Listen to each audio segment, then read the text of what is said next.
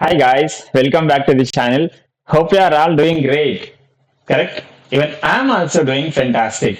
In our session today, we are going to discuss Indian Accounting Standard 38, which deals with intangible assets. Very interesting standard, correct? Before start, let me tell you one thing. If you have already completed Ind AS 16, property, plant and equipment, definitely part of the standard is going to be easy for you. If you have not covered Ind AS 16, still you can watch this class, but with 100% efforts. Then only you can understand the standard clearly. Okay, stay focused. Firstly, scope of the standard. As we know, the standard is applicable to all intangible assets. However, there are some exceptions. What they are? Intangible assets covered by other standards, like leases of intangible assets. Intangible assets held for sale in the ordinary course of business means what? They are inventories to that particular entity and they are covered by Ind AS 2. These are just an examples. Other intangible assets that are covered by any other standards are scoped out of Ind AS 38. Similarly, financial assets, as we know, there are big standards to deal with financial assets. They are also scoped out of this standard. And exploration and evaluation assets and expenditure on development and extraction of minerals, oil, natural gas, and other similar resources. These are also scoped out of this standard. But note that any intangible asset that is covered under this standard is used for point number C and point number D. I can say that for mining business that are accounted as per Ind AS 38 only, no other standards. Clear? And any rights that were granted under licensing agreements, any rights that were granted under licensing agreements for items like motion picture films, video recordings, plays, manuscripts, patents, and copyrights are also covered by Ind AS 38 only. They are not covered by Ind AS 116 leases. Clear?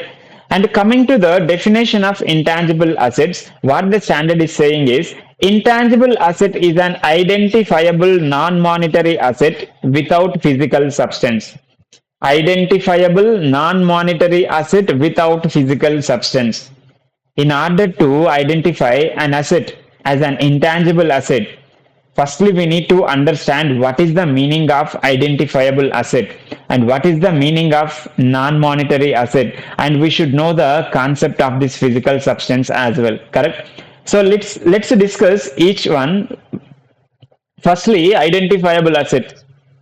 An asset is said to be identifiable only if that asset belongs to either of these two situations. What I am saying, an asset is said to be identifiable asset only if it belongs to either of these two situations. What they are? First one, it is separable. Separable means what? It can be separated. It can be divided from the entity without disturbing other assets or even business as a whole, either by sale or exchange or rent or license or transfer, either individually or with other related items. For suppose we are having some patents and software. Can we transfer the patents? Can we sell the patents? Yes, we can sell. Can we exchange the software?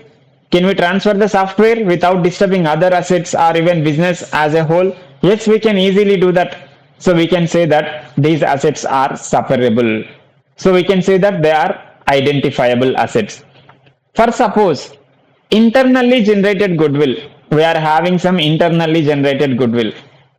Can that internally generated goodwill be transferred?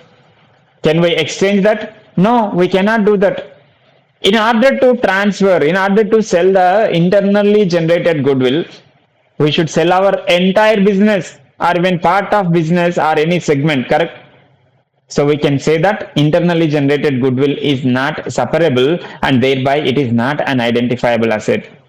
Even if any asset that is not separable, if that asset arises from contractual or other legal rights, that can also be an identifiable asset. The best example I can tell you is any telecom license granted by the government and mining rights as well. So these are also an identifiable asset. As we discussed, intangible assets are non-monetary assets, correct? So what is non-monetary asset? We have already studied in Ind AS 21 what is monetary assets and what is non-monetary assets, correct? So what is monetary asset? It is an asset that entitles the holder to fixed or determinable amounts of money. For suppose we are having trade receivables of 10 crore for suppose. It means what? We are entitled to receive fixed amount of money from trade receivables. For suppose we are having a plant and machinery having a carrying amount of 10 crore. Can we get fixed amount of money from that particular plant and machinery?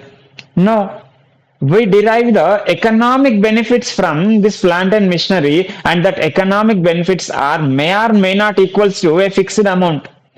So from this discussion, can I say trade receivables is a monetary asset and plant and machinery is a non-monetary asset? Yes, obviously we can say. So from this discussion, I can say that non-monetary asset is an asset that does not entitle the holder to receive fixed or determinable amounts of money. So intangible assets are non-monetary assets. What is the meaning of asset? We are studying this from CA foundation level, correct? Asset is a resource controlled by an entity as a result of past events, and from that resource, future economic benefits are expected to flow to the entity. So it is an asset. No detailed explanation required, correct? But I explain. What is the meaning of control? Control means an entity should have the ability to get the economic benefits from that particular asset. On the other hand, it should have the capacity to restrict others from accessing that asset. Then only we can say that an entity is having control over that asset. And what is the meaning of economic benefits? Economic benefits means because of that particular asset, we are able to generate the revenue either by sale of goods or by providing services, or we can save the cost because of that asset, or simultaneously both can happen, or any other benefits we get from usage of that particular asset. So these are future economic benefits. For example, if we are providing training to our employees, if we are providing training to our employees to increase their efficiency, so obviously we incur training costs, correct? Can we recognize that training cost as an asset? No, we should not recognize. Why? Because we don't have the control over the employees, because they can resign, they can choose other employers. We don't have the ability to restrict others to hire them, correct? We don't have control over them. Yes, because of providing training programs, we are able to get the economic benefits from their efficiency. That is fine. But we don't have the control over them because we cannot restrict others to hire them, correct? So in this discussion, I can say that training cost is not an asset. We should not recognize training cost as an asset. Clear? As we discussed, intangible assets don't have physical substance. Correct? It means what? By their inherent nature, it is their inherent nature, they don't have the physical substance. However, some intangible assets contained in physical substances, physical devices. It means what? They are having both tangible as well as intangible elements. In that kind of situations, how to decide whether that is a tangible asset or intangible asset? Standard is saying that it is completely based on the judgment, and we should consider which element is more significant. If tangible element is more significant, definitely it is not an intangible asset. If intangible element is more significant, yeah, it is an intangible asset only. For suppose we are a pharmaceutical company, we are having some patent rights for one medicine. So what generally we have? That patent rights coded are written in one legal papers, correct? Legal documentation. So obviously that legal documentation is insignificant our patent rights are significant. So in this example, patent rights are intangible assets. Similarly, softwares which stored in what devices? Disk, pen drives, correct? Obviously, the disk or pen drives are insignificant. Software is more significant. So we should recognize that software as an intangible asset. Clear? These are the best examples to discuss this. And for suppose we are having some laptop or computer and we are having operating system. Can laptop run without operating system like Windows? No, that hardware don't work without software, correct? I can say that software, that operating system is an integral part of our laptop. So we should recognize that entire system as a tangible asset. That's why we see laptops, computers in PPE classification, property, plant and equipment. For suppose we are having hardware and operating system. In addition to that, we are having some antivirus software, accounting softwares, or some other artificial intelligence tools. In that case, we can recognize that other softwares like antivirus software, artificial intelligence tools as an intangible asset because our computer machine can operate without their presence, without their installation, correct? So we can say that computer or laptop with operating system is a tangible item and other softwares like antivirus software or AI tools, without them we can run the computer machine. So that softwares are intangible assets. Clear? So with this, we have completed our discussion on scope of the standard and definition of intangible assets. So once an asset satisfies the definition of intangible asset subjected to scope of the standard, if that asset satisfies the recognition criteria, we can recognize that asset as an intangible asset. What is the journal entry? Intangible asset account debit to bank or vendor account. Correct? This is the journal entry. So what are the recognition principles? It is probable that. Probable means what? More likely to happen. I can say more than 50% chances that future economic benefits that arise from that particular asset should flow to the entity and cost of that asset can be measured reliably. If these two conditions are satisfied, yes, we can recognize that asset as an intangible asset in the books of accounts of the company by passing this journal entry. Okay, but note that the following expenses, these expenses we should not capitalize. We should charge to profit and loss account as an expense. This is ICAI favorite area to test in exams. Okay, so let's check what these are. Expenditure on research.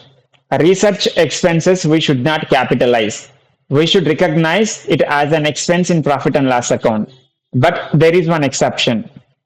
In case of business combination transactions, if the acquiring entity is having any in progress research expense, what I am saying, in case of business combination transactions, if acquiring entity is having any in progress expense, in progress research expense on the date of acquisition, so that in progress research expense can we capitalize?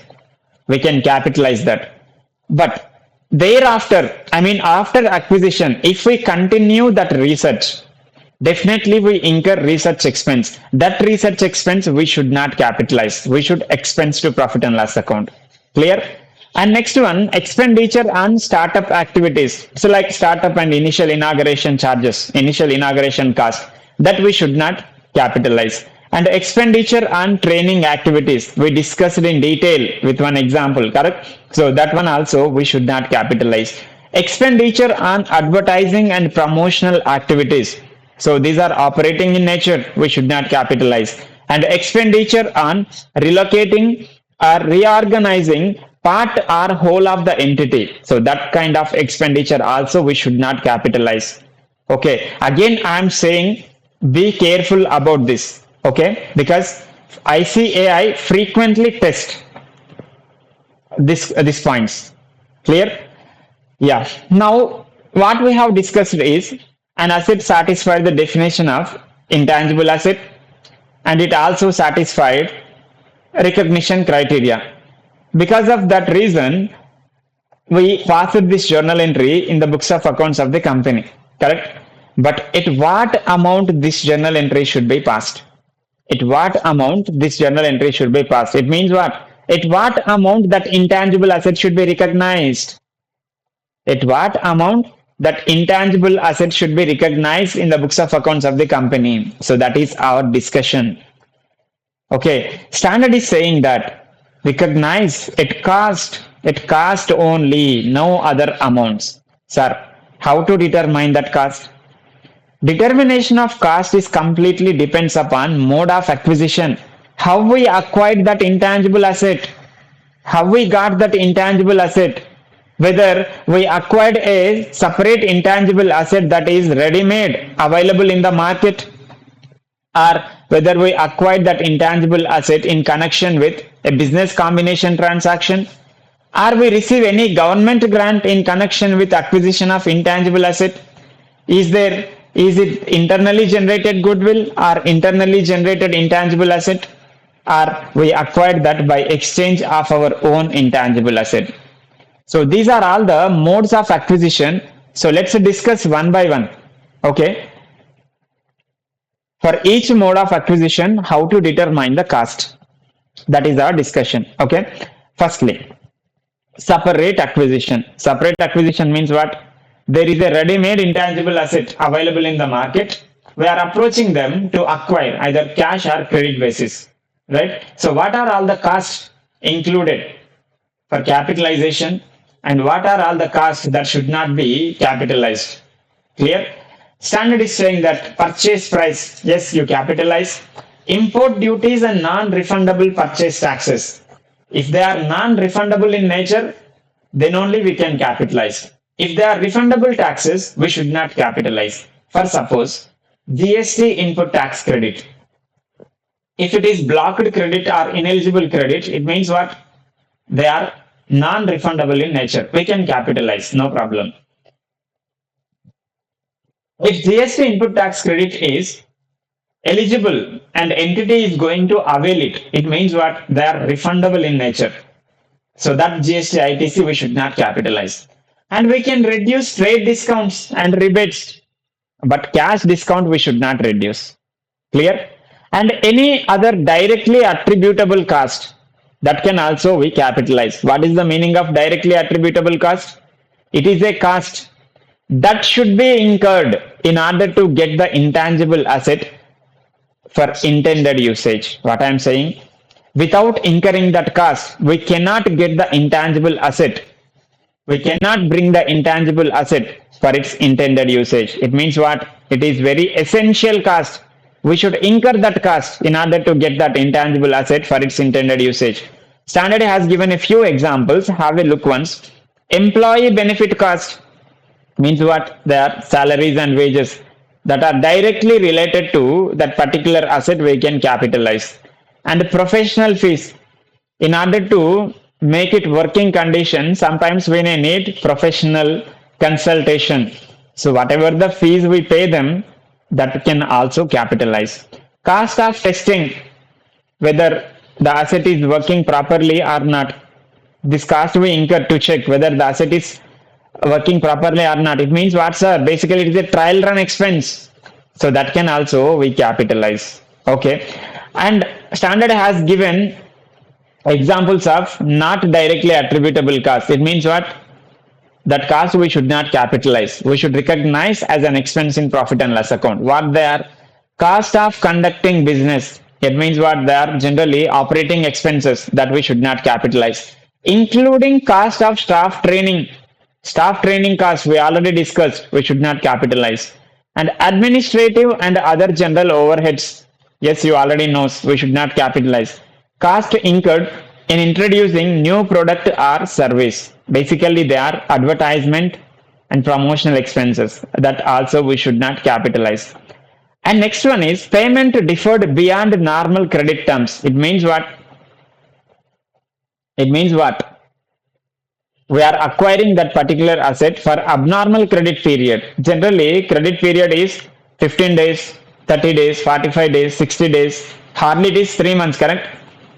If we acquire any asset beyond the normal credit period, definitely whatever the consideration that we are going to pay to the vendor includes interest cost. So what the standard is saying that interest cost we should not capitalize. We should recognize that interest cost in profit and loss account as an expense over the credit period. Sir, it is fine. We should not capitalize that interest cost. We should charge to profit and loss account as an expense. That is fine. In these situations, at what amount we should recognize that asset? Standard is saying that recognize the asset at cash price. Cash price means what? If we are acquiring that asset on cash basis, not on credit basis, how much amount we need to pay today? So that is the cash price. If cash price is not available in the question, you calculate the present value of future payments. So that is the amount we can recognize initially. Till now we have discussed about costs that are eligible for capitalization and costs that are not eligible for capitalization, correct? But the question is how long we should capitalize? Is there any point after which we can cease the capitalization? Standard is saying that yes. Once an intangible asset is in the condition intended by the management, once an intangible asset is in the condition intended by the management, any cost we incurred thereafter should not be capitalized. We should charge that expense to profit and loss account. For suppose our intangible asset is in the intended condition on 1st July 2025. Okay, our intangible asset is in the intended condition on 1st July 2025. 1st July 2025. Okay, so any expense that we incur after this date, we should charge to profit and loss account as an expense.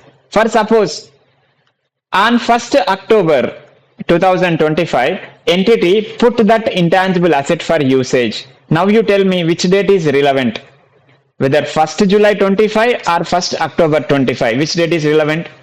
Obviously 1st July 2025 is the relevant date. Okay, so this is a trap, sir. This date confuse you in the exam. We should ignore this date. For us, date on which our asset is in the intended condition is relevant. Okay, so from this date, if we incur any expenses, that we should not capitalize. And one more thing, circumstantially, it is the right moment to tell you amortization of intangible asset also start from this date, 1st July 2025, not from 1st October 2025. Clear? So with this, no. Have a look of these examples, what they are. Following costs are not included in the cost of intangible asset. What they are? Cost incurred in using or redeploying intangible asset. Basically, they are operating in nature. We should not capitalize. The second point already we discussed. Initial operating losses we should not capitalize. Okay, initial operating losses we should not capitalize. So with this, our discussion on acquisition of intangible asset when it is ready made is completed. Right? Now, coming to the next topic, acquisition of intangible asset as a part of business combination transactions. For suppose we are X Limited, and there is a company Y Limited. We are acquiring that Y Limited. For that acquisition, we are paying some purchase consideration to Y Limited. Okay, so this is the purchase consideration. For that, we are getting net assets of Y Limited. Net assets of Y Limited we are getting, correct? So this difference is either goodwill or bargain purchase gain. We can call it as a capital reserve also, right? For suppose if this Y Limited is having any intangible asset on the date of acquisition, what the standard is saying that recognize this intangible asset at fair value. Recognize that intangible asset at fair value. So this fair value is our cost. That is what the standard is saying. And one more thing, Y Limited is having one intangible asset. Intangible asset exists, but it is not reflected in the books of accounts of Y Limited. due to any other reason. For suppose, Y Limited is a pharmaceutical company and it is having patent rights for one of its medicine. But from that patent right, Y Limited is not going to get any future economic benefits. It de-recognized that patents. Because of that reason, that patent is not appearing in the books of accounts of Y Limited. For suppose, on the date of acquisition, we got to know patent rights exist, but it is not appear in the books of accounts. What the standard is saying that you recognize this intangible asset, you recognize this patent rights separately from the goodwill only if it satisfies the recognition criteria. What I am saying, despite of the fact this intangible asset is not appearing in the books of Y Limited, still you can recognize it as a separate intangible asset from goodwill only if it satisfies the recognition criteria. For suppose, Y Limited is having some in progress research and development expenses. Y Limited is having some in progress research and development project. What the standard is saying that, yes, this one also you should recognize separately from goodwill.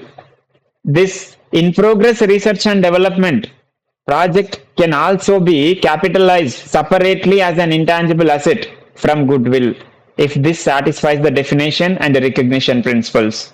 Clear? Have you noticed one thing? Why I am connecting all these intangible assets to this fair value? Because standard using a text. What is that?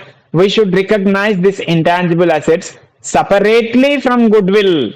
We should recognize this intangible assets separately from goodwill. For suppose, this research and development project is having a value of 10 crore on the date of acquisition.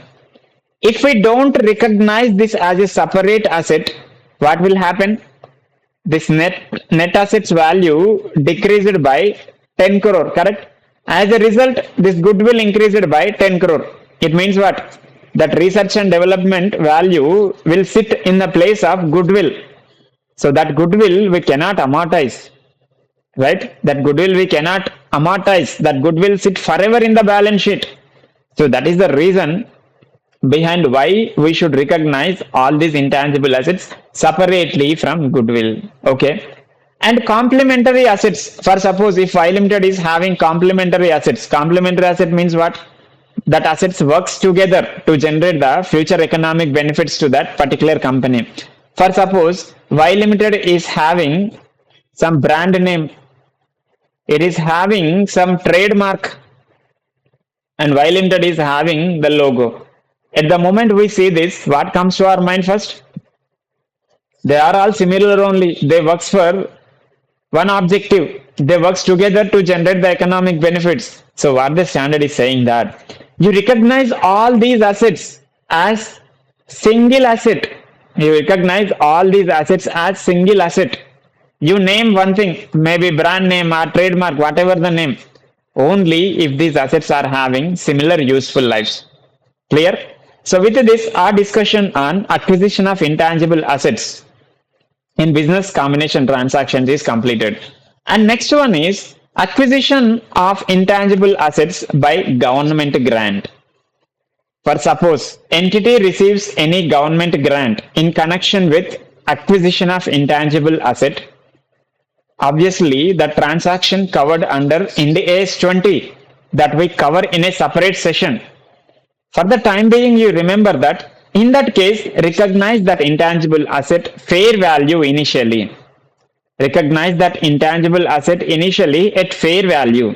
If entity don't want to recognize that intangible asset at fair value, no problem.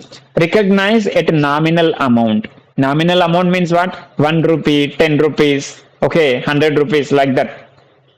You can recognize its nominal value. In addition to that nominal value, if you incur any expenditure that is directly attributable to preparing that asset for its intended use, that can also be capitalized. Okay. And coming to the next one, acquisition of intangible asset in an exchange transactions. It means what? We are giving away our own intangible asset to them and we are getting their intangible asset. Okay. So let's discuss. For suppose we are having some intangible asset A. that we are giving to X Limited, let's assume. Okay. And X Limited is having some intangible asset B that we are getting. This is exchange transaction. And one more thing. In addition to intangible asset A, we are paying cash in order to get their asset. Okay. This is one more thing. Or no, we are not paying any cash. They are only paying cash.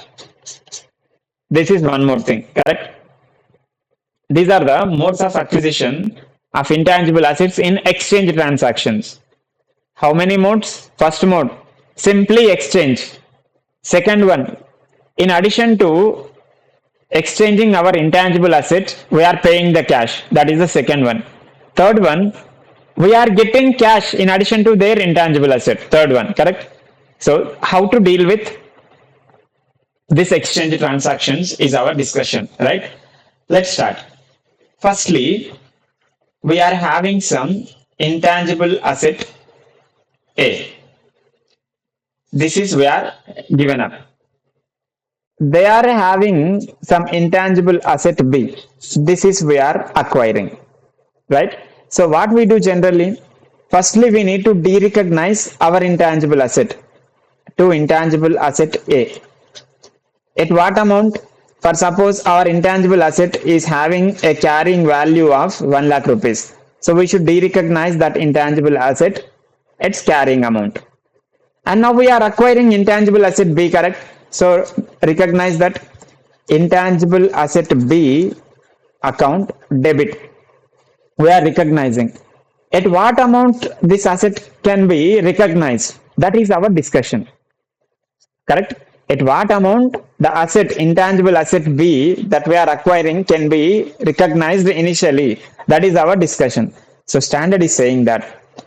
Firstly, you check these two conditions. What they are? First one is commercial substance. Whether the exchange transaction is having commercial substance or not. And fair value of either of those assets can be measured reliably or not. So how many possibilities exist here? 4 possibilities, correct? Both are yes. Exchange transaction is having commercial substance as well as fair value of asset given up and fair value of asset that we are acquiring can be measured reliably. Fair value of either of those assets can be measured reliably. This is the situation 1. And other possibilities, this is S, it is no. This is no, this one is S. Or both are no. Correct? These are the possibilities. So I am segregating these 4 possibilities into 2 scenarios, 2 situations. One is situation, only this situation, and remaining, these all are into one situation. It means what? For possibility 2, 3, 4, accounting is same. For possibility 1, accounting is different. Right? So let's start with possibility 1. What is that possibility? Both conditions are exist. It means what? Exchange transaction is having commercial substance as well as fair value of either of those assets can be measured reliably. So in this case, how to do the accounting? How to find out that value? That is our question, correct? So simply write the skeleton entry. Firstly, we need to de-recognize our asset. Intangible asset A account. We are de-recognizing it, its carrying amount. Now recognize their asset. Intangible asset B account debit. At what amount we should recognize? That is our discussion. Standard is saying that simply recognize that asset at fair value. Simple. Recognize that asset fair value. Which fair value? Either fair value of ITA A or ITA B. I mean fair value of asset that we are given up or fair value of asset that we are acquiring. Standard is saying that first preference we should give to fair value of asset given up. Fair value of asset given up. In our example, intangible asset A fair value. Second preference, fair value of asset acquiring. Fair value of asset acquiring. In our example, intangible asset B. First preference is fair value of asset given up. Second preference is fair value of asset that we are acquiring. For suppose, if fair value of asset that we are acquiring is more clearly evident than fair value of asset that we are given up, in that case, we should recognize at fair value of asset that we are acquiring. In our example, fair value of intangible asset B only. Clear? Now do. How to write the journal entries in case of cash involvement is there. So this is a case, no cash involvement, plainly, simply we are exchanging, right? Any difference between these two amounts you recognize in profit and loss account as a gain or loss. For suppose cash involvement is there, simply firstly you write the skeleton entry, intangible asset B account debit at fair value. If we are receiving the cash or bank, if we are receiving cash, debit it. This is the amount to intangible asset A. This is our asset. We are de-recognizing at carrying amount. In this case, resultant difference you transfer to profit and loss account as a gain or loss. For suppose we are paying in addition to our asset, simply intangible asset B account debit at fair value to intangible asset A account that we are de-recognizing at carrying amount. We are paying, correct, to cash or bank account. So here also difference you transfer to profit and loss account as a gain or loss. That's all, sir. Okay, this is the situation one. It is fine. Our accounting is completely depends upon two conditions: whether exchange transaction is having commercial substance or not, and fair value of assets can be measured reliably or not. Fair value is fine, but what is the meaning of commercial substance? That is your question, correct? So let's explain. What is the commercial substance? In our example, intangible asset is ours, intangible asset B is theirs, correct? So what is the meaning of commercial substance means? After this exchange transactions, how our cash flows are going to change? It means what? We should check the configuration of cash flows.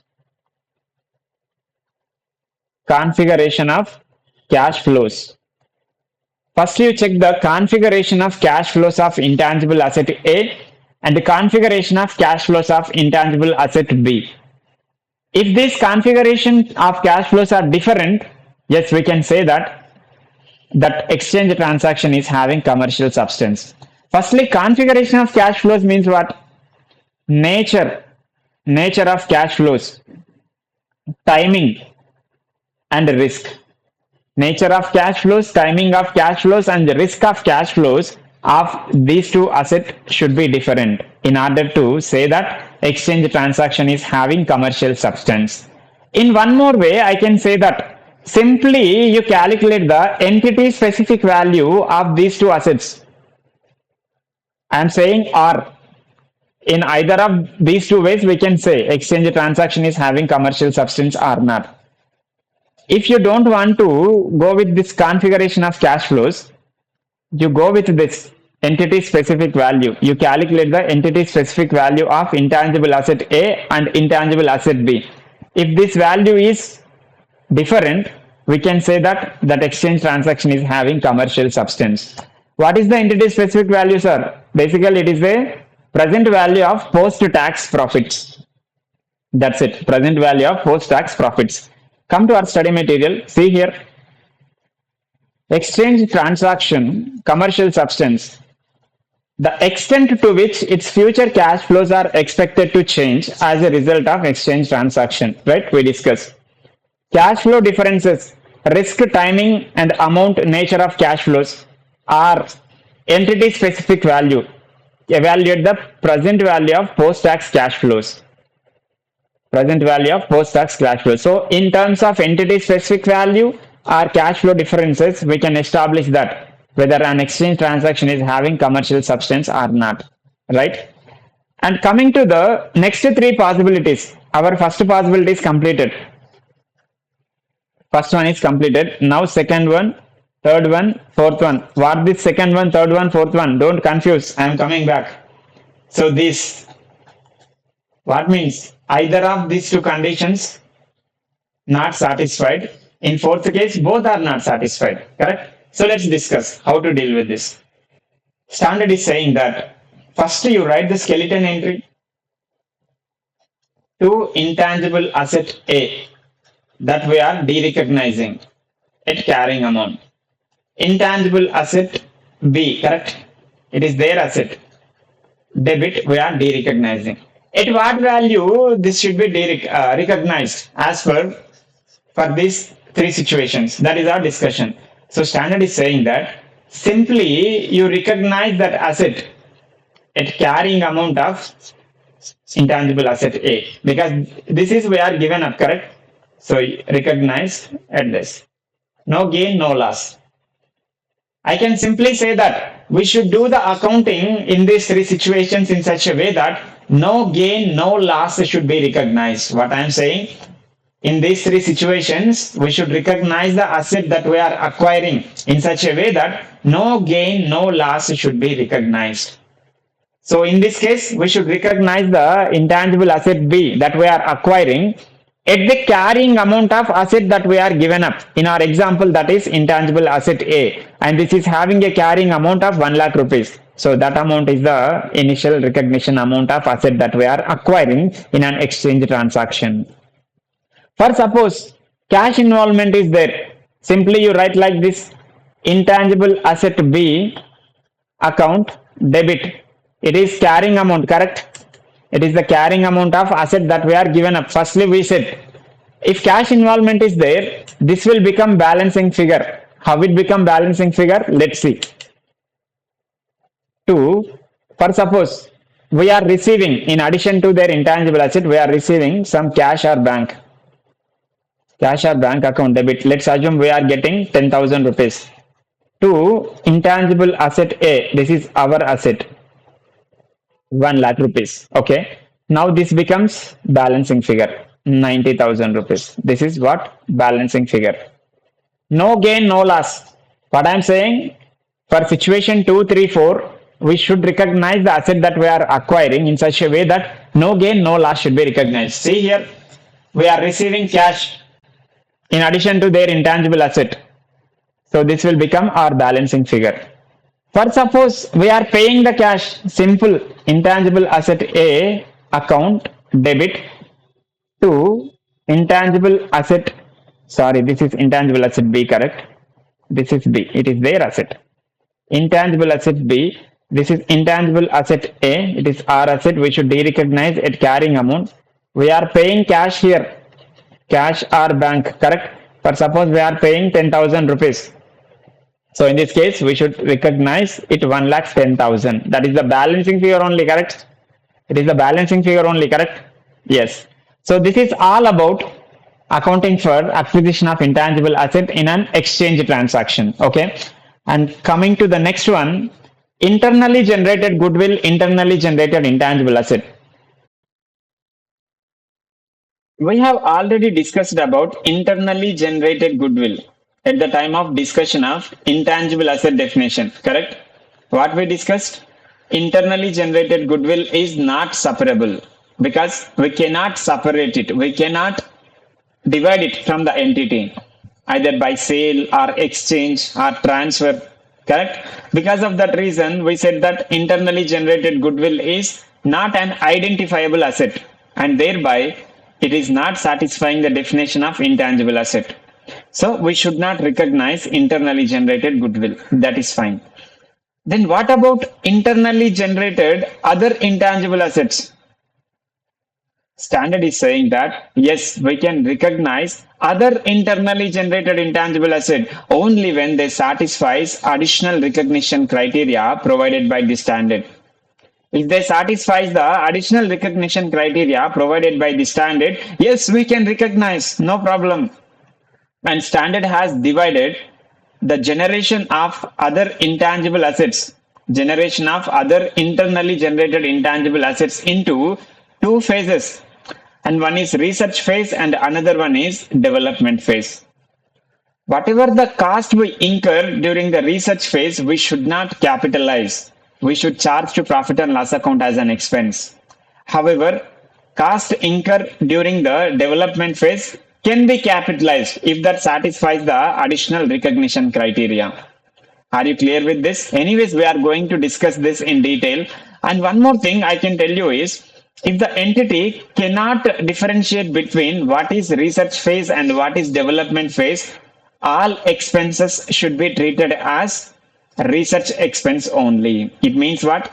We should not capitalize that expense. We should charge to profit and loss account. Clear? And before going to the detailed discussion, let me tell you one more thing.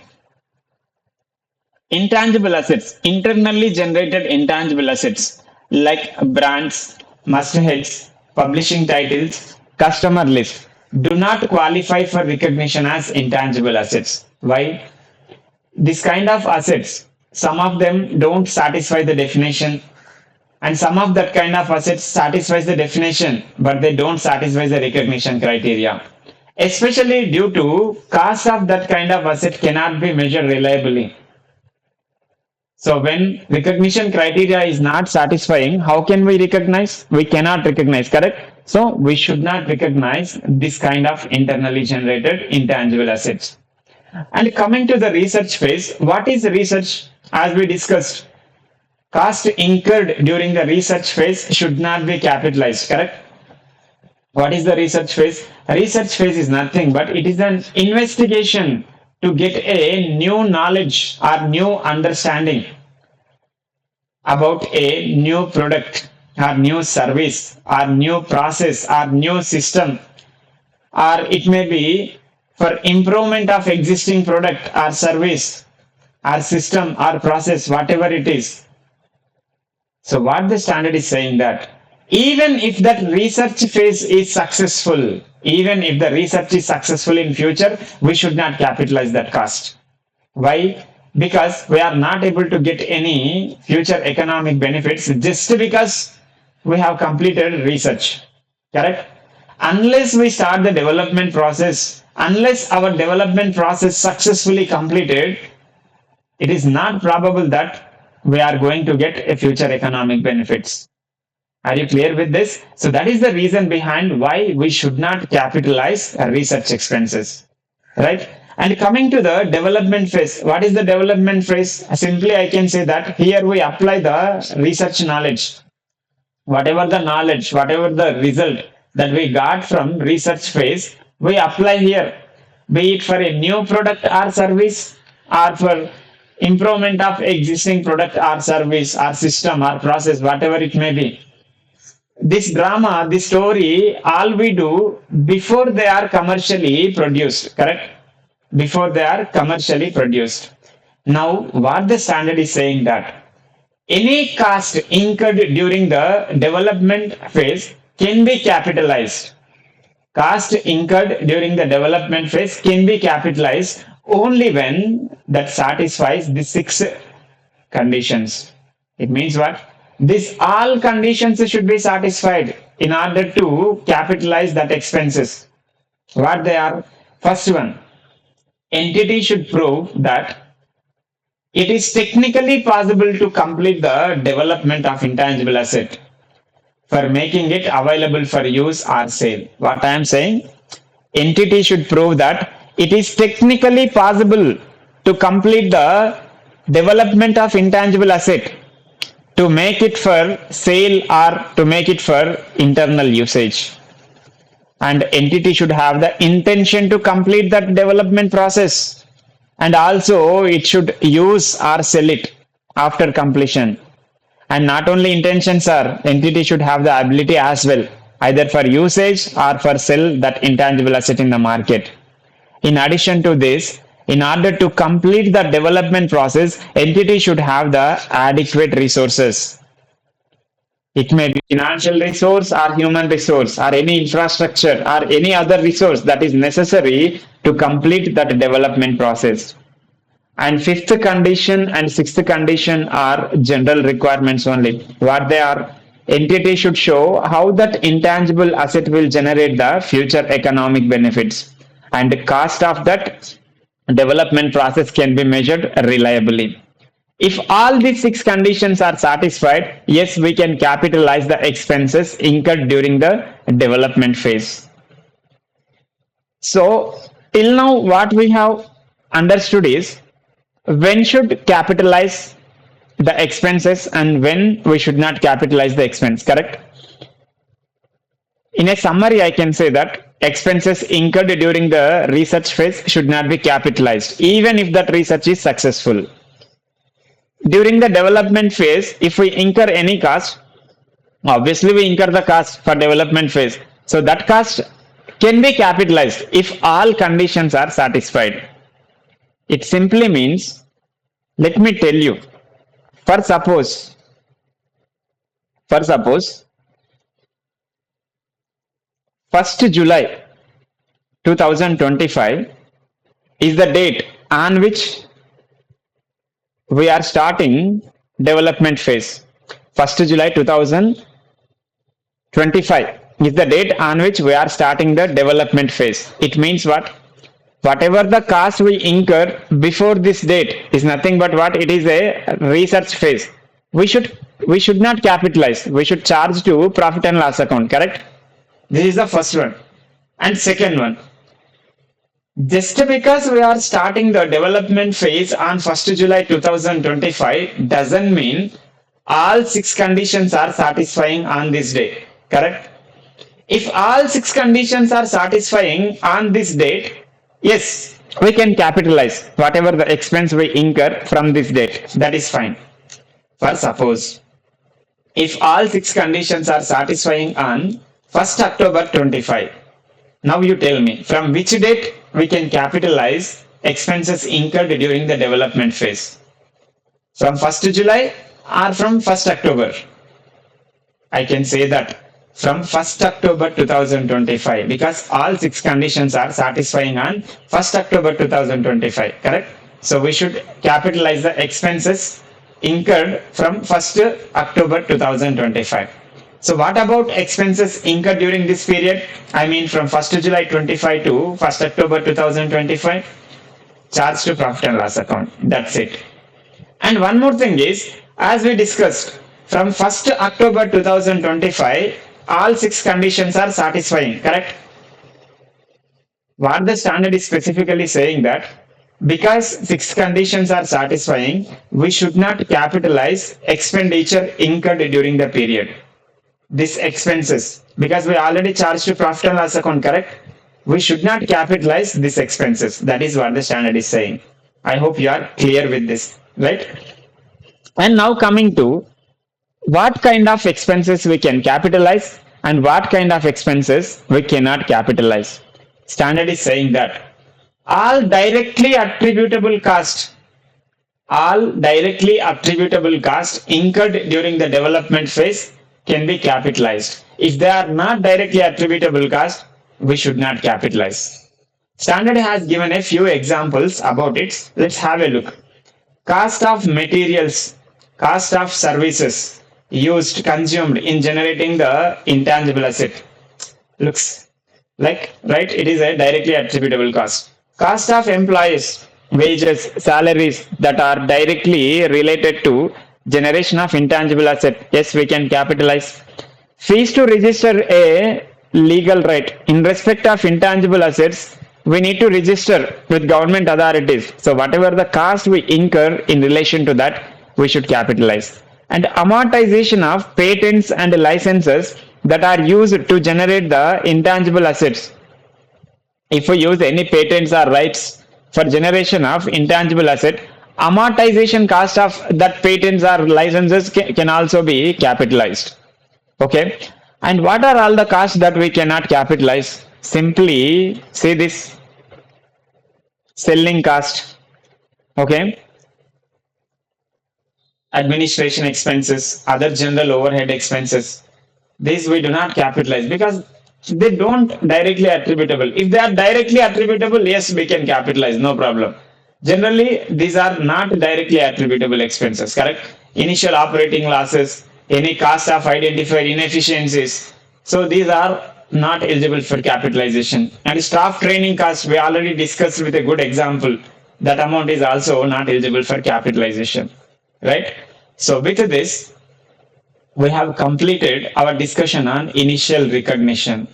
We have discussed only to the extent of initial recognition what I am saying, correct? So what is the journal entry we pass at the time of initial recognition? This one, correct? Intangible asset account debit to bank or vendor account. Firstly, what we did? We checked whether the asset satisfies the definition of intangible asset or not. If it satisfies, what is the next step? We should check the recognition criteria. If that asset satisfies the recognition criteria, yes, we can pass this journal entry in order to recognize that asset. Okay, we passed this journal entry. Next step, what we did? At what amount this journal entry should be passed? So for these kinds of mode of acquisitions, we discussed that amount, correct? This amount. We already discussed. Now what next? I can say that, sir, we initially recognized this intangible asset. That is fine. If we incur any cost subsequent to this initial recognition, if we incur any cost after this initial recognition, that cost can also be capitalized if it generates additional future economic benefits. See here the text of standard.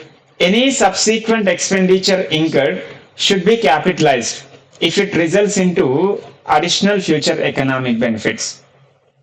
Otherwise, charged to profit and loss account. That's it. Till now it is fine. We have discussed about initial recognition, and if we incur any subsequent cost, how to deal with it, we discussed. But at what amount we should carry our intangible assets subsequently, either at the end of current reporting period or for any subsequent reporting periods. That is our next discussion. So standard is saying that for subsequent measurement of your intangible asset, either you can follow cost model or revaluation model. Cost model or revaluation model. Be it a cost model or be it a revaluation model, whatever you are going to choose, that becomes your accounting policy, and that accounting policy should be applied consistently to the entire class of intangible assets. Entire class of intangible assets means what? Intangible assets having similar nature and similar usage. It means what? If an intangible asset is having similar nature and similar usage, we should apply either of the two models. For suppose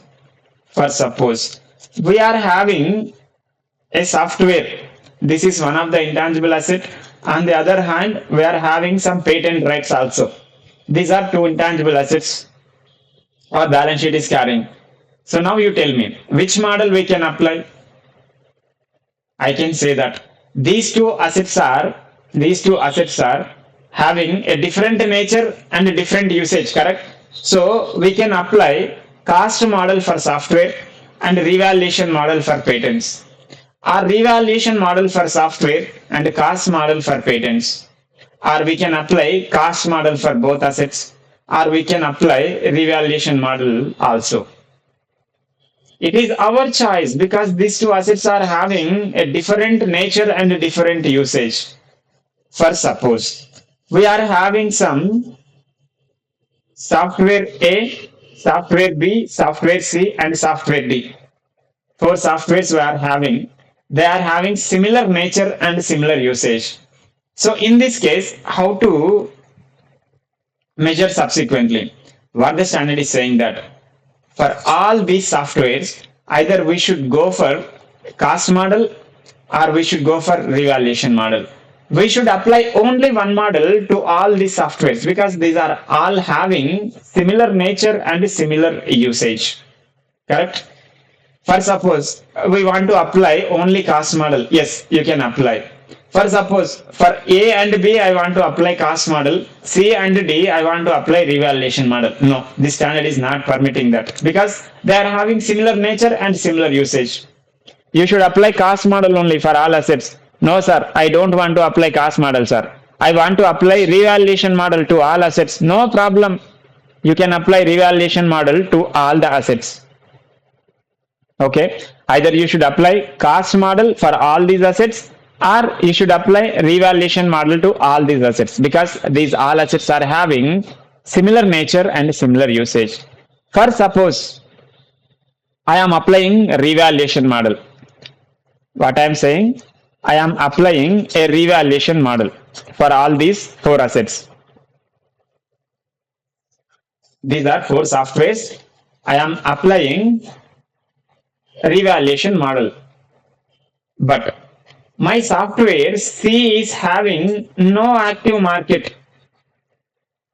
My software C is having no active market for getting a fair value. What I am saying, for all these four softwares, I want to apply revaluation model. But one of the software, that is C is having no active market. I cannot get fair value for C. In this case, what the standard is saying that no problem. For asset A and asset B and asset D, you apply the revaluation model. For asset C, you go for cost model. It means what? You are going to measure original cost less accumulated depreciation, accumulated amortization minus accumulated impairment loss. That's it. You follow that, no problem. That is what the standard is saying. And one more thing, for suppose we are having ABCD softwares. Okay, we are having ABCD softwares. These are the four assets and we are following revaluation model. We already applied the revaluation model. We are in, for suppose, fourth year. This C software is not having active market. Fourth year, this C software is having no active market. Because of that reason, we are not able to measure the fair value. So in this case, for A, B, C, you continue to apply the revaluation model. For C software, what we do is measure at previously revalued amount. Previously revalued amount minus subsequent accumulated amortization minus subsequent impairment loss. That is what the standard is saying. That's it. For suppose, subsequently, if active market is available, again we should revalue this software C. Are you clear with this? Let's come to the text of the standard. See here. When intangible asset is measured using the revaluation model, all other assets in the same class must also be use the same model unless there is no active market.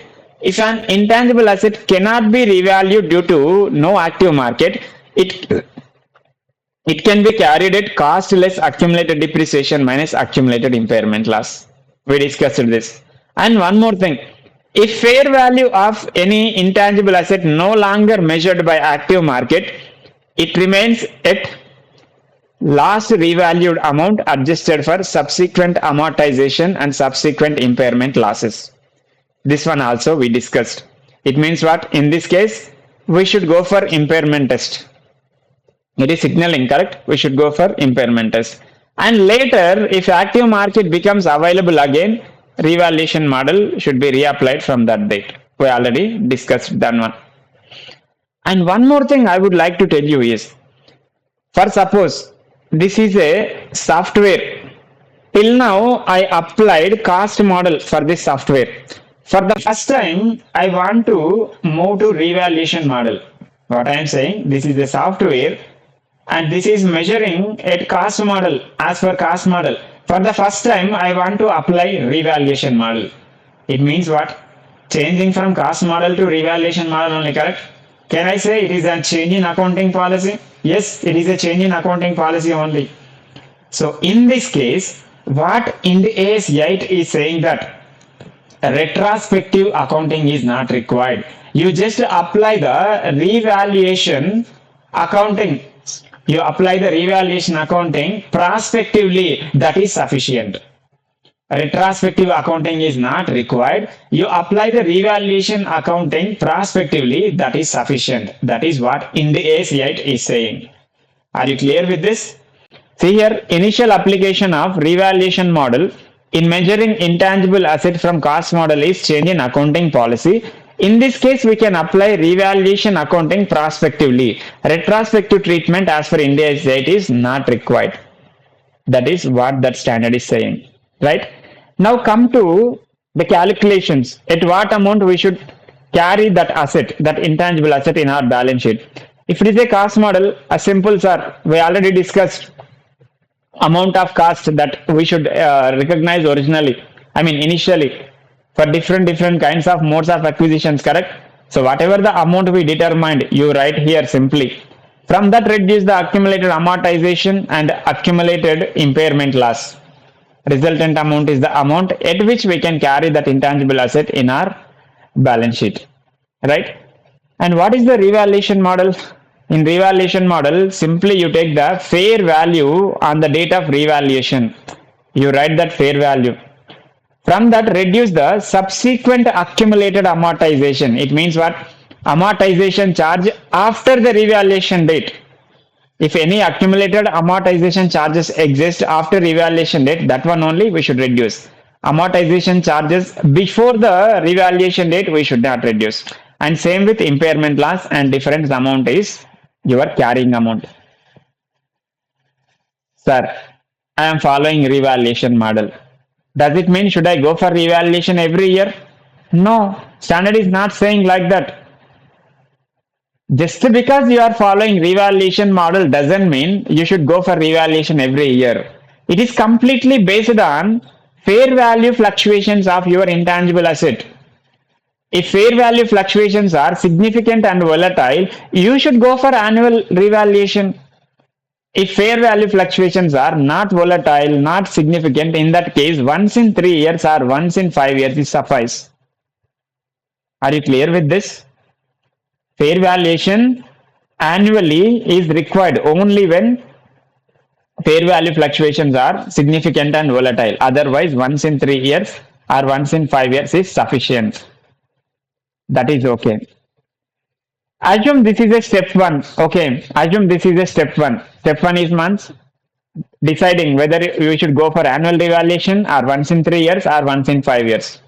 We decided that in step 1. In step 2, we are going for revaluation. Be it annual or once in 3 years or once in 5 years. At the time of revaluing our intangible asset, if carrying amount of intangible asset is not materially different from fair value, in that case, revaluation is not required. What I am saying, at the time of revaluing our intangible asset, if carrying amount of intangible asset does not differ materially from fair value, in that case, revaluation is not required. Right? This is the basic objective. This is the primary objective of revaluation model. Clear? See this trick. Such frequent revaluations are not necessary when insignificant movement in fair value. Be it annually or once in 3 years or once in 5 years, at the time of revaluation, if the carrying amount of intangible asset is not materially different from fair value, we should not required to. It is not required to go for revaluing our asset. If it is materially different, yes, we should revalue that. That is what the standard is saying. Even after revaluing our asset, even after revaluation of our asset, still the carrying amount is materially different from fair value, we should go for further revaluation. That is what the standard is saying. I hope you are clear with this, right? So come to accounting treatment for revaluation. Firstly, if it is a first time revaluation, if it is a gain, simply you recognize in OCI section. That will accumulated in equity under the heading of revaluation surplus. If it is a loss, charge to PRL section. That's it. And coming to the subsequent revaluation, if we are doing for subsequent revaluation, if earlier there is a revaluation gain and now also there is a gain, simply you recognize in OCI section. That will accumulated in equity under the head revaluation surplus. If previously there is a loss, now also loss, simply you charge to profit or loss. But previously there is a gain, now it is a loss. What should we do now? Standard is saying that recognize this loss in OCI section to the extent of balance available and remaining loss charge to PRL section. That's it. What I am saying, recognize this loss in OCI section to the extent of previous revaluation surplus, and remaining loss, if any, you charge to profit or loss. That's it. And next one, previously loss, now it is gain. It is quite opposite to previous one. Recognize this revaluation gain in PRL to the extent of previous revaluation loss, and remaining gain, if any, you recognize in OCI section. That's it.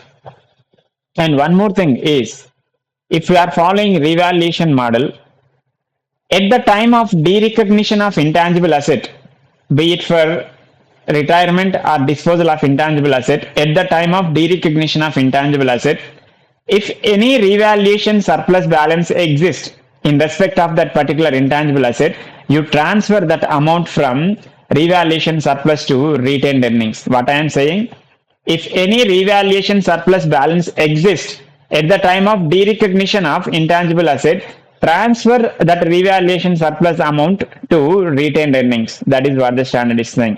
There is one alternative. What is that?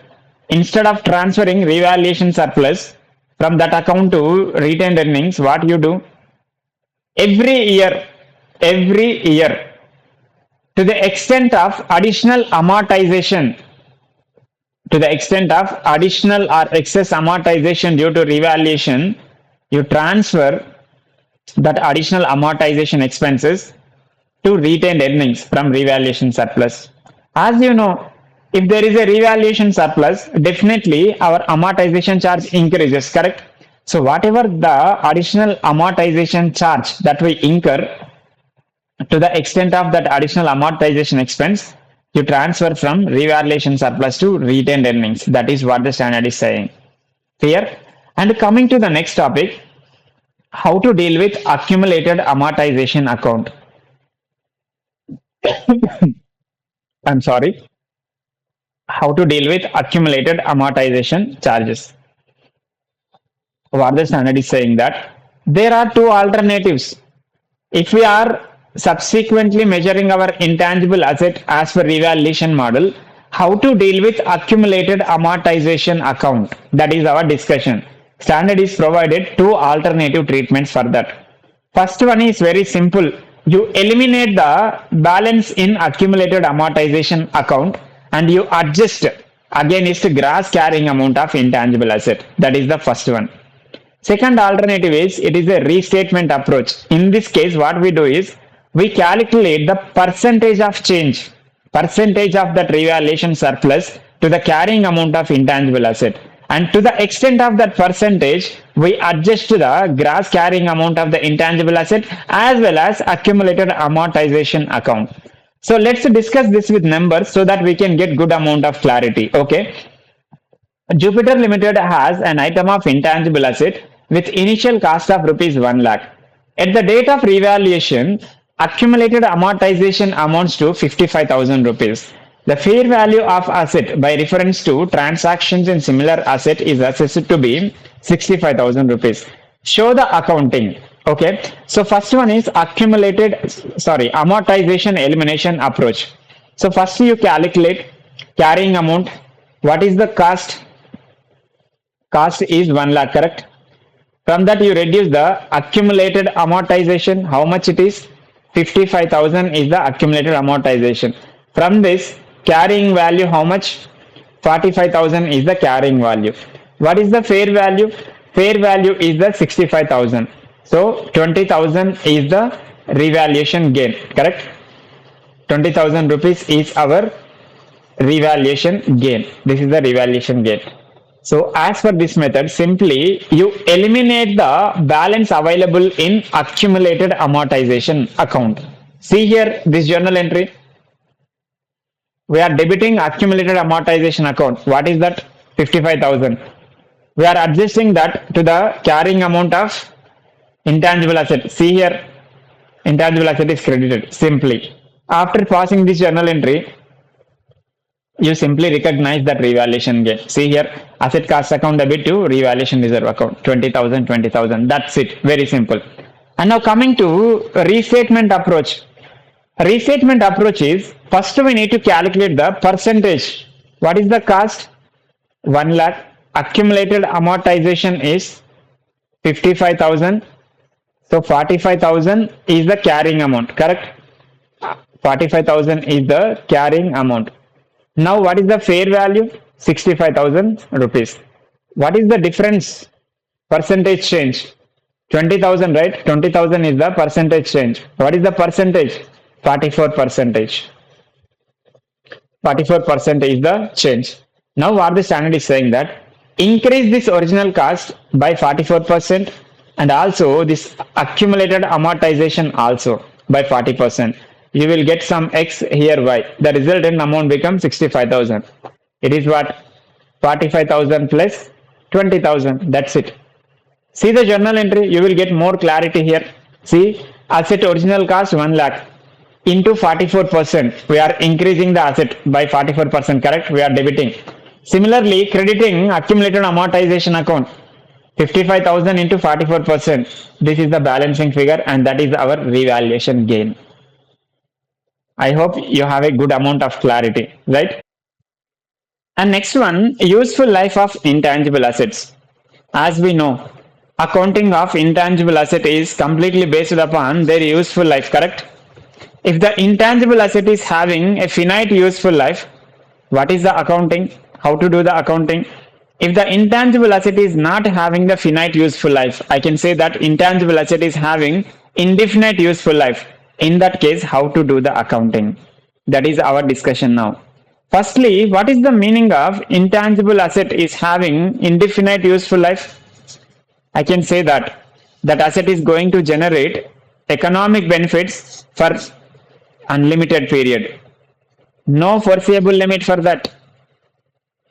On the other hand, intangible assets that are having finite useful life means they will generate the cash flows for a limited period. That's it. And one more thing I would say is, if an intangible asset that arises from a contractual or legal rights, if an intangible asset that arises from a contractual or legal rights, in that case, useful life of that particular intangible asset should not exceed contract period. Useful life of that particular intangible asset should not exceed contract period. It can be shorter than contract period, no problem. Standard only permitting. For suppose, we are in mining business, okay? We are in mining business. Government granted our business a 10 years mining license. Let's assume. Government granted 10 years mining right. In this case, assume it is the first example. What is the situation? We are in mining business. Government granted us 10 years mining right. So in this case, 10 years is the useful life. 10 years is the useful life. For suppose in second year, no, sorry, not second year, second case, in second case, second example, for suppose we are not going to get the economic benefits for 10 years. We are going to get the economic benefits for 8 years only. After 8 years, we are not going to get any economic benefits from this right. So in that case, you can take useful life as 8 years only. It is permitted by the standard. And third case, third example, it is possible to get the economic benefits for 10 years. And after also, even after 10 years also, it is possible to get the economic benefits. In this contract, government already provided a renewal option. In this contract, government already provided a renewal option. And we are going to exercise that renewal option, and it is reasonably certain to exercise that renewal option without significant cost. In that case, in addition to that 10 years, you can include renewal period also. What I am saying, if it is reasonably certain that we are going to exercise that renewal option without incurring significant cost, in that case, we can include that renewal period also. That is what the standard is saying. And one more case. For suppose we are having renewal option, that is fine. But in order to renew the contract, we need to incur a significant amount of cost. to renew that option, and that cost is going to be more than the benefits that we are going to receive after the renewal period. In that case, we should not include, you should take only 10 years as a useful life of that mining right. That is what the standard is saying. I hope you are clear with this, right? And one more thing, reacquired rights. Let me explain. For suppose we are X Limited, we are in restaurant business. We are X Limited, we are in restaurant business, and we are having a good brand in the market. And there is a company, Y Limited, they applied to us to get the franchisee right. So on their request, we have provided a right for next 10 years. Okay, next 10 years. Assume in the year of, in sixth year, assume in sixth year, we are acquiring this Y Limited. We are acquiring this Y Limited. At the time of acquisition, this right is having 4 years useful life. This right is having 4 years useful life. In original contract, in addition to 10 years, we have already given a renewal option also. We have already given renewal option also in the original contract. In addition to this 10 years, Y Limited can apply for renewal also after at the end of 10th year. That is original contract term. But now at the end of 6th year, we are acquiring Y Limited. So what the standard is saying that at the date of acquisition, you should take useful life of this right is only 4 years. You should not consider this renewal.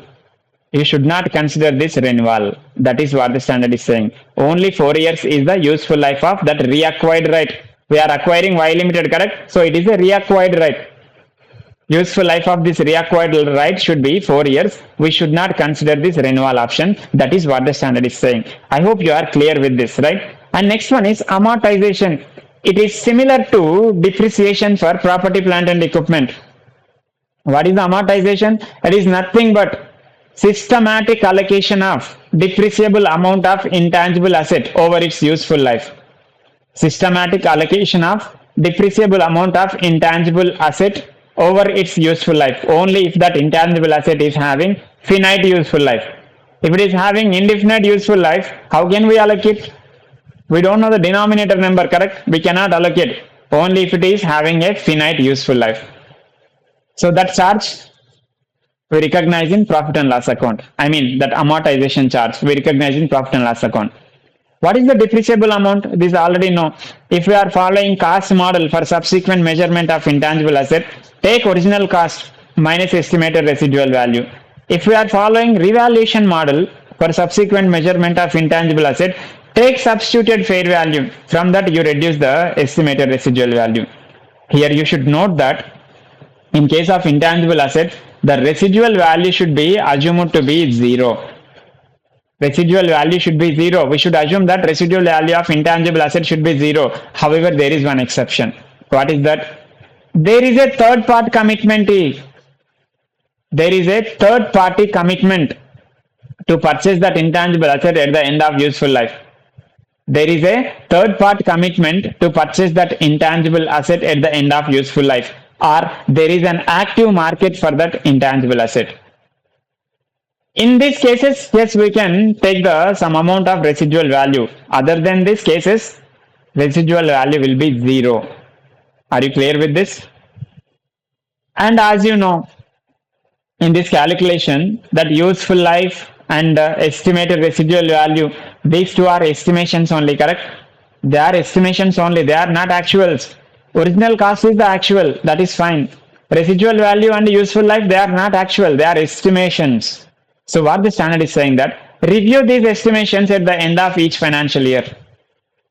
Review, be it a residual value or useful life. We should review at the end of each financial year.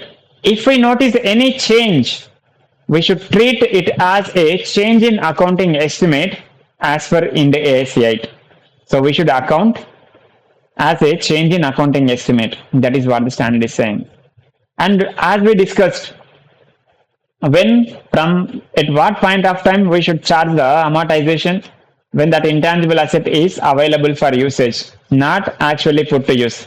This we already discussed, correct? This we already discussed. And what about the method of amortization? This standard is not rigid about the method of amortization.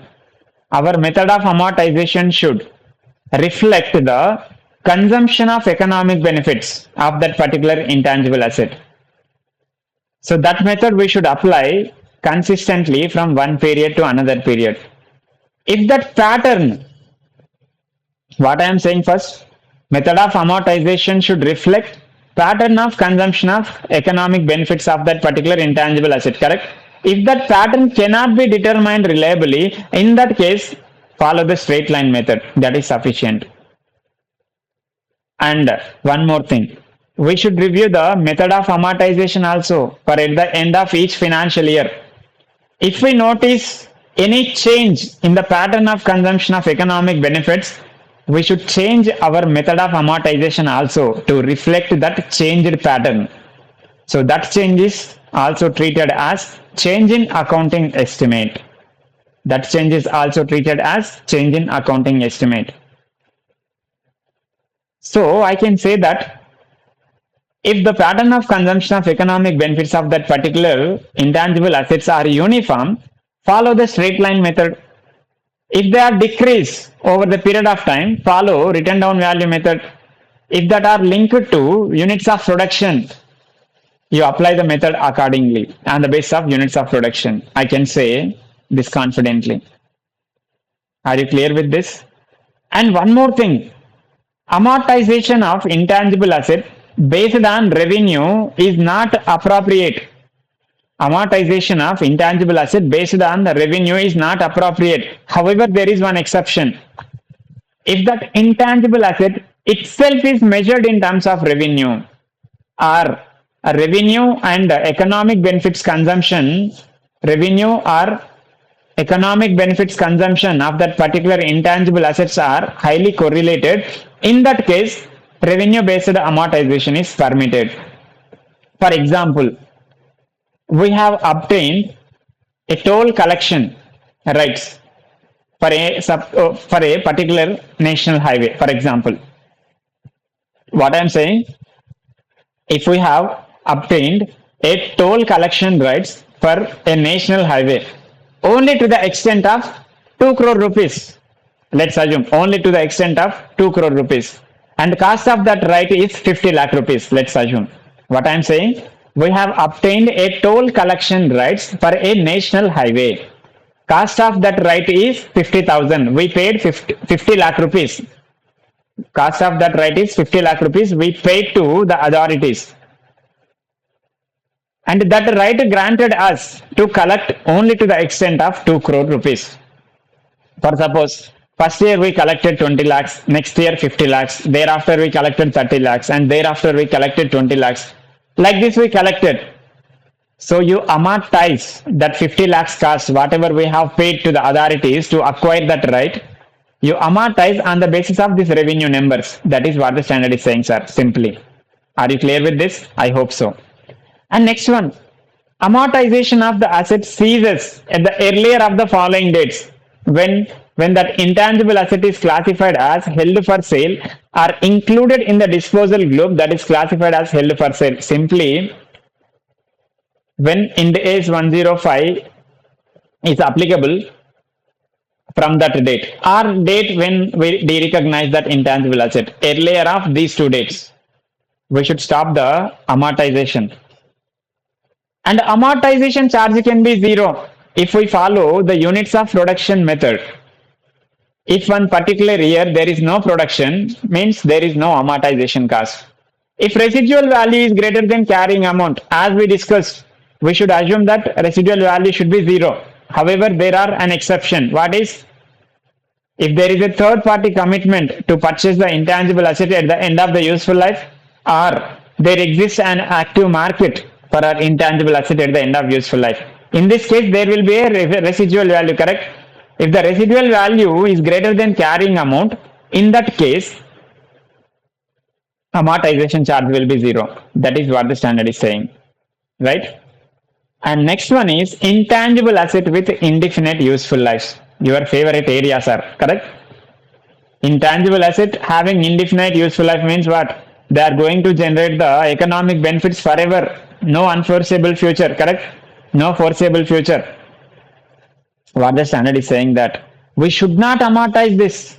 We should not amortize this. Instead, we should test these assets for impairment annually and whenever there is an indication that intangible asset may be impaired. And one more thing is we should review these assets each period. We should review the intangible assets that are having indefinite useful life every year to confirm whether their useful life is still indefinite or not. On such process, if we find that their useful life is not going to be indefinite, their useful life is going to be finite, in that case, you treat it as a change in accounting estimate as per Ind AS 8. Because initially it is an intangible asset is having indefinite useful life. As per standard, we are not amortizing, we are testing it for impairment annually and whenever there is a indications exist for impairment. And one more obligation is we should review that asset, whether that useful life is changed from indefinite to finite. In that process, if we noted that useful life changed from indefinite to finite, in that case, we should account it as change in accounting estimate as per Ind AS 8. In that case, we should definitely test that asset for impairment. That is what the standard is saying. Are you clear with this? And last concept is derecognition of intangible asset. When we should derecognize intangible asset? Simply on disposal or whenever there is no economic benefits expected from that particular asset, in that case we can derecognize. And the resultant difference between carrying amount and sale proceeds. If you don't get any sale proceeds, the entire amount we should recognize in profit and loss account. That is what the standard is saying. So with this, we are concluding our discussion on Ind AS 38 intangible assets. Okay, see you guys in the next session. Bye bye.